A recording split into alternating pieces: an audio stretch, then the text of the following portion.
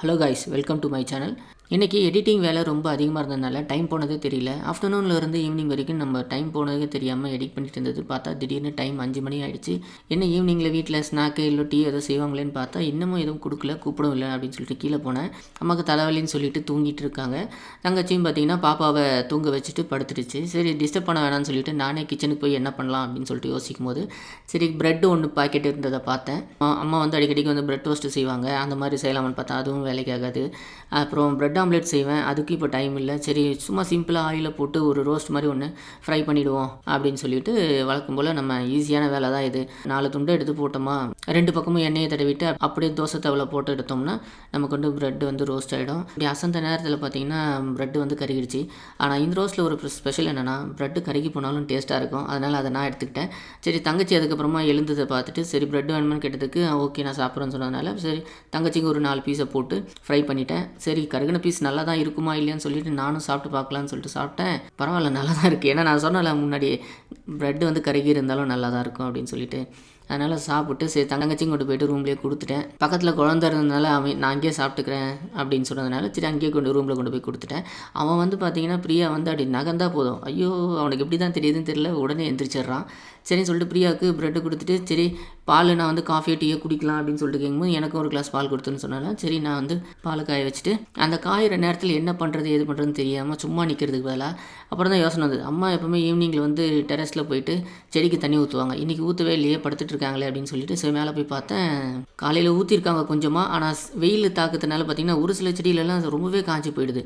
சரி அப்படின்னு போய் பார்த்துட்டு இருக்கிற செடிக்கு மட்டும் எதெல்லாம் காஞ்சிருக்கோ அதுக்கு மட்டும் நம்ம வந்து தண்ணி ஊற்றலாம்னு சொல்லிட்டு தண்ணி ஊற்றிட்டு இருந்தேன்.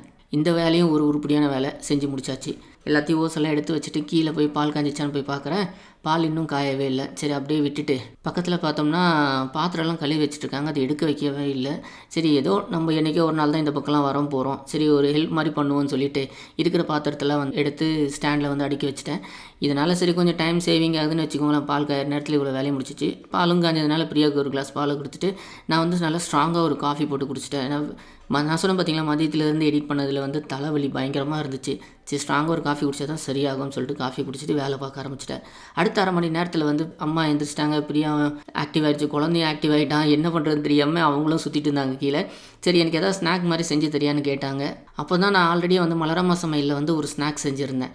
தெரியும் உங்களுக்கு, அம்மாவோட சேனல் பேர் மலரம்மா சமையல்.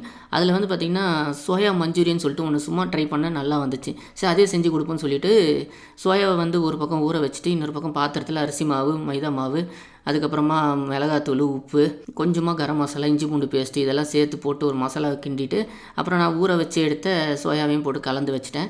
சரி வெறும் இது சில்லியாக சாப்பிட்டா நல்லாயிருக்கும், இருந்தாலும் நான் வந்து சோயா மஞ்சூரியன் அன்றைக்கி செஞ்சு கொடுத்தது நல்லா இருந்ததுனால சரி அதே செய்வேன்னு சொல்லிட்டு ஒரு பக்கம் பூண்டு அப்புறம் இஞ்சி இதெல்லாமே ரெடி பண்ணி கட் பண்ணி வச்சுட்டேன். குடமிளகாய் வெங்காயமும் பெருசு பெருசாக போட்டு கட் பண்ணி வச்சுட்டேன்.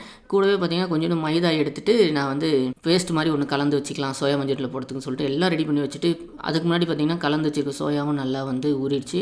அதையும் ஒரு பக்கம் பொரித்து எடுத்துகிட்டு இன்னொரு கடாயில் வந்து எடுத்து வச்ச எல்லாத்தையும் இஞ்சி பூண்டு சின்ன சின்ன வெட்டினது வெங்காயம் குடமிளகாய் இதெல்லாம் போட்டு நல்லா வறுத்தணும். அதாவது ரொம்ப டீப்பாக இருக்கக்கூடாது, லைட்டாக ஃப்ரை பண்ணிவிட்டு எடுத்து வச்ச சாஸு, சோயா சாஸு, கெச்சப்பு போட்டு ஒரு கிண்டிட்டு முதல்லையே மைதா தண்ணியில் கொஞ்சம் கலந்து வச்சேன், அதை ஊற்றிட்டு லைட்டாக ஒரு பெரட்டிட்டு ஃப்ரை பண்ணி வச்ச சோயாவை போட்டு கலந்து எடுத்தோம்னா செம்ம டேஸ்ட்டான ஒரு சோயா மஞ்சூரியன் வந்துடும். இது ஃபுல்லாக வந்து நான் டீட்டெயிலாக வந்து நான் மலரம்மா சமையலே ஒரு நாளாக செஞ்சு வச்சுருந்தேன்.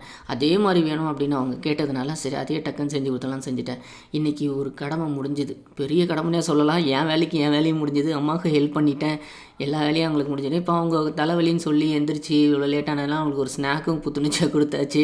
இதுக்கப்புறம் அவங்க டின்னர் என்ன பண்ணுறாங்க எது பண்ணுறாங்கன்னு தெரியல, அது அவங்கள தான் கேட்கணும். இதோட அடுத்த வீடியோவில் நம்ம பார்க்கலாம். தேங்க்யூ.